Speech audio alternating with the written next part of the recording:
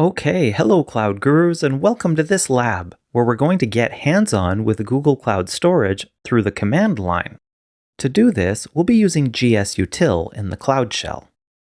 Okay, to start off with, log into the GCP console with a user account, select the same project as we just used in the GCS lab, and open the Cloud Shell. Alright, I'll see you in the shell. Okay, so here we are in the Cloud Shell. Now I've changed the prompt here just so that we have a little bit more space, but if we type pwd to print the working directory, we see that we're in the same place as we were before. And if we type ls to list the files, we see the same readme file and folder that we cloned from GitHub before. Also, to verify that we're in the right project, we can type gcloud config list, which shows us what account we're using and shows us what project we're currently in. But what we're here to do today is to take a look at gsutil. gsutil is the command line tool that we can use to connect to Google Cloud Storage, and it mimics many of the commands that you have in a normal shell prompt. For example, if we type gsutil space ls, it shows us the buckets we have. Now something to note here is that the bucket name starts with gs://. Similar to how web addresses start with https://, native Google Cloud Storage addresses start with gs://, as we see here. Now if we do type gsutil space ls space gs://, we can simply hit tab to autocomplete the rest of the bucket name. When we hit enter there, then we see the objects that we uploaded in the console lab. Now you'll notice that this actually shows the test folder and not the contents of the folder. But if we wanted to list everything as a completely flat list, we can use ** to show everything. In this lab, we want to mimic some of the things that we did in the console lab, because the point I want to drive home is that you're still interacting with the same services in GCP. You're just using a different program. In this case, you're using gsutil, whereas in the last lab, you were using the console web app. Alright, so what we want to do now is we want to make a bucket. And we do that with gsutil space mb. Now, unlike the console, where we say first that we want to make a bucket, and then it starts asking us all of the questions we need to answer to be able to finish that, command line tools like this expect us to pass all of the information they need right up front. Now you will want to remember some of these commands for your exam, but to tell you the truth, most of the time when I'm using the command line, I'm looking up the syntax when I'm running different commands. It's usually the case that I've either not done that thing before, or if it's something that needs to happen often enough, then it's just been automated, so I'm not manually running that same command each time. The most important thing is that you understand what you can do, and then you can figure out how you do that by looking at the documentation. In any case, when you've written a partial command like this, the thing you can do is just type --help. Doing this can give you a few pages of really good information. If I scroll back to the beginning of this, I see that the syntax is gsutil space mb, and then I can optionally give it a class, and a location, and a project ID, and then a URL that specifies the bucket.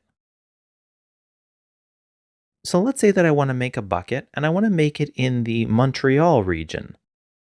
Well, I can open up this web page here and scroll down a bit and see that Montreal is North America-Northeast 1. So let's copy that, close this page, and then respecify our command.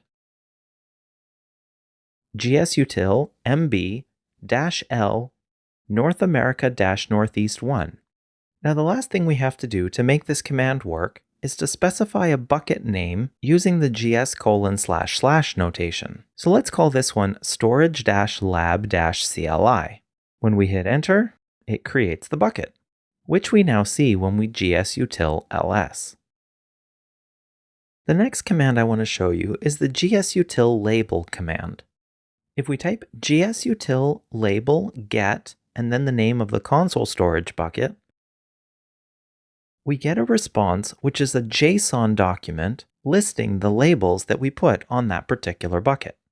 Let's hit the up arrow to rerun that command and tell the shell to redirect the output of this into a file that we call bucketlabels.json. In case you're not familiar with it, that greater than symbol just tells the command shell to run the thing that comes before it and to put the output of the command into the file with the name that comes after it.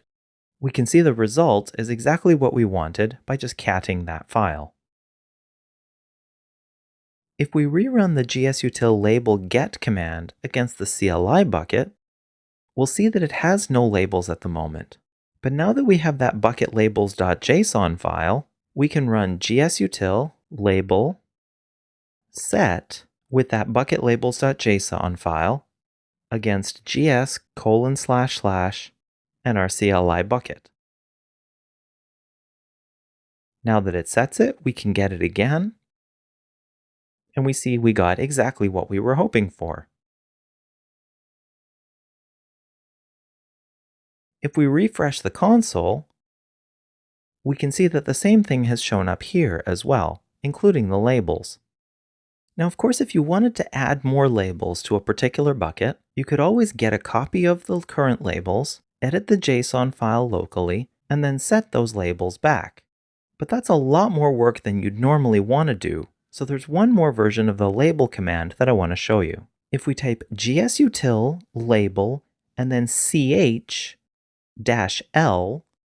that can let us change the labels to add an extra thing that maybe we'll call extra label with an extra value, using the same label:value format that we've seen in other places. The final argument to this command is the bucket name. And now when we run it, we see we got what we wanted, both in the command line and when we refresh the browser. Now, speaking of the console, there are a lot of things that you can do in both the console and the command line. And like we saw in the last lab, the console may even give you the command line equivalent. But there are some things that can only be done through the command line. You can do things like control the life cycle here in the console, but object versioning control just isn't available here. We can only do that programmatically, whether that's through the command line or through an API call.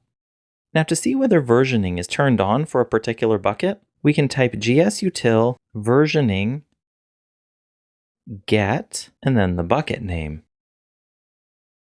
Here we see that it's not currently turned on.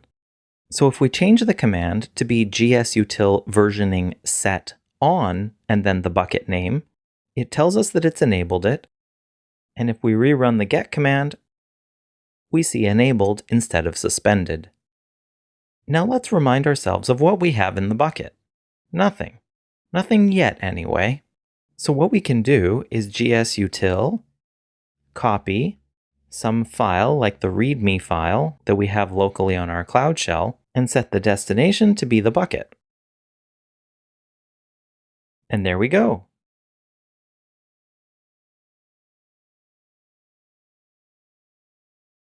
Now let me just rerun this gsutil list command because I want to compare what it shows to the same command run with the -a flag. Running gsutil list with the -a parameter tells it to include information about archived objects. Basically, we're asking it to show us information about object versioning. And here we see that the file that we uploaded includes a generation number of 153 blah blah blah. This is interesting because if we do something like remove this file, running the normal list command will show us that it's gone, but running the list-a command will show us that it's still there. That's basically what object versioning does. It means that every time we give GCS an object, it'll hold on to it forever until we tell it quite specifically that we want that object to be deleted. Giving it a new version of that object or just deleting it by name isn't enough. That can of course be very valuable to make sure that you don't lose data, and it'll also tie into the object lifecycle stuff that we'll cover later.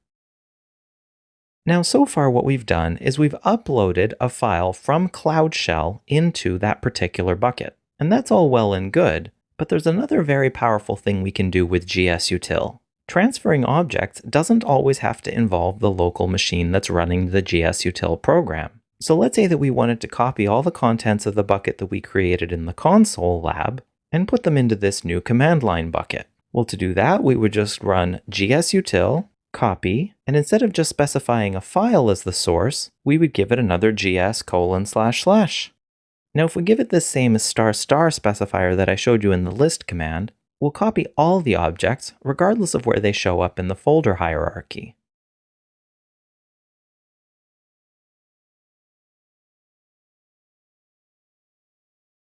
And here we see that we've gotten all the files. But this is a little bit different than passing a -r flag to the copy command to make it recursive, because as we see here, the objects all show up in the root of the bucket, not where they originally were in the folder structure. Now again, let's list the files with the -a flag, and now we see the Cloud Shell README show up again. Let's take a look inside this new CLI bucket in the console instead. And again, we see what we see through the command line for the normal view, but the archived versions aren't something we can get at. Now, one last thing to point out is that when we copied these objects from the other bucket, we didn't copy their sharing settings. They were shared publicly in the console bucket, but here they're private because that's how the command line bucket is set up. So the last thing I want to do then is to share that selfie object. So let's enter gsutil ACL for access control list, CH for change, and then -u for user, say all users, :R for read access, and then specify the file name that we want.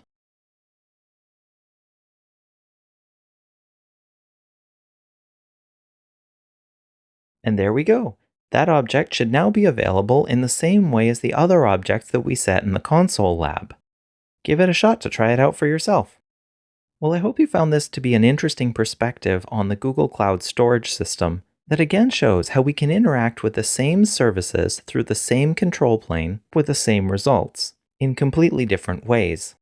In some cases, you'll want to access it through the console because it's just easier, and other times, especially when you're automating things, it'll be much better to do it through the command line. Well, if you have any questions, please let me know. If not, please feel free to move on to the next lecture. Thank you.